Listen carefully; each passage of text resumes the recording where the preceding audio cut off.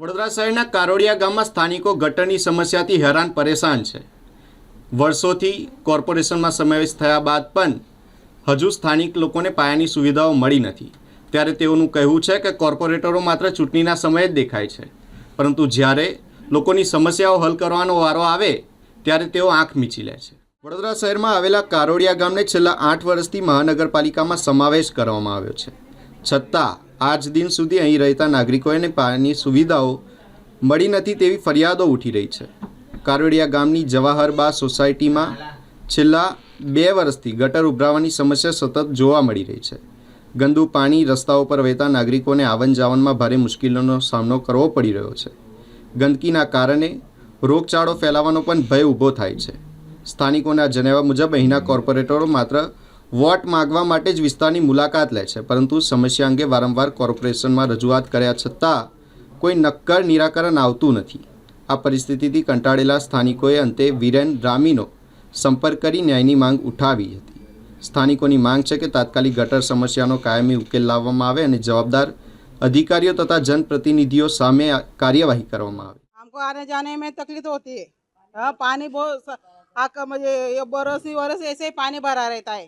आने जाने की दिक्कत होती है। छोटे छोटे बच्चे रहते हैं, स्कूल में जाते हैं। हाँ, आने जाने के में होती है। देख के ना सब चले जाते हैं, पर कोई डिसीजन लेते नहीं यहाँ से।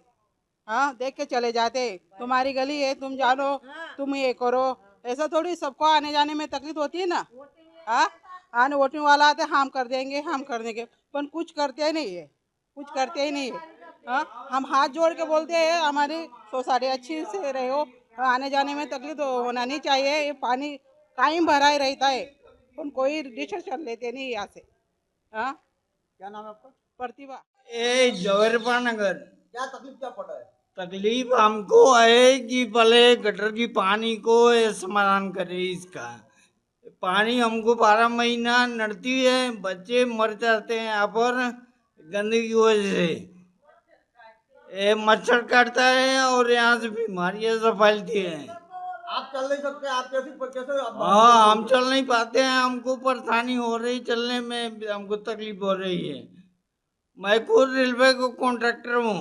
क्या मांग क्या है आपकी? मेरा ब्रिजेश नाविक नाम है। मांग क्या है आपकी?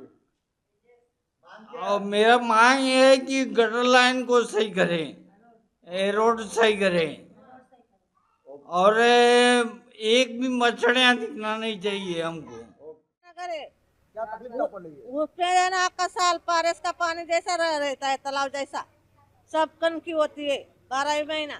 कोई कॉर्पोरेटर को देखने आता है इधर? कोई नहीं आता है। हम लोग ने बहुत मोबाइल में भेजा, तभी भी कोई आता नहीं है इधर। कितनी तकलीफ पड़ती है बच्चे लोग को स्कूल में बच्चे लोग को स्कूल जाते हैं, गिर जाते हैं, मच्छर काटते हैं, दवाखाने भरते हैं। हम लोग बहुत बहुत बीमारी फैल रही। आका साल भर ऐसा रहता है हमारे पास, घर के पास में कोई देखने आता नहीं है। तो क्या मांग क्या है आपकी? कोई को पड़ा नहीं है इधर। मांग क्या है आपकी? हाँ? हमारी मांगने ऐसा है तो गटर लाइन का पानी जाता है, वो रोड साफ करो, अच्छे से रहो, अच्छा करो। जाते हैं यहाँ से कोई और रोड अच्छा नहीं है, रोड सब खड़ा खड़ा कर दिया है। रोड भी बनाया तो कुछ काम का नहीं बनाया है, सब खड़ा कर दिया है। उसमें पानी जैसा कैसा है, हरा हरा पानी हो गया, सब हरा हरा पानी हो गया।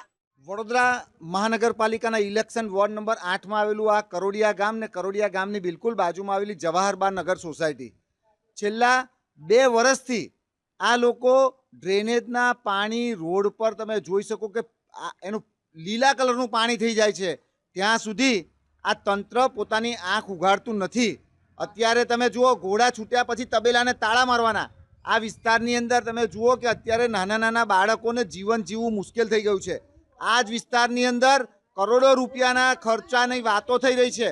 વડોદરા મહાનગરપાલિકા ઓજી વિસ્તાર માટે કરોડો રૂપિયાનો ખર્ચો કરે, પણ આજે જવાહરબા નગરને આજુબાજુની તમામ સોસાયટીની અંદર ગંદા ડ્રેનેજના પાણી એ રોડ પર ફરી વળ્યા છે. અને ચૂંટાયેલા પ્રતિનિધિઓ જાણે ઘોર નિંદ્રાની અંદર હોય. એ લોકોને પ્રજાની ચિંતા નથી, પણ જ્યારે ચૂંટણી આવે ત્યારે સ્વાભાવિક છે કે 2 હાથ જોડી અને વોટ લેવા માટે આવે છે.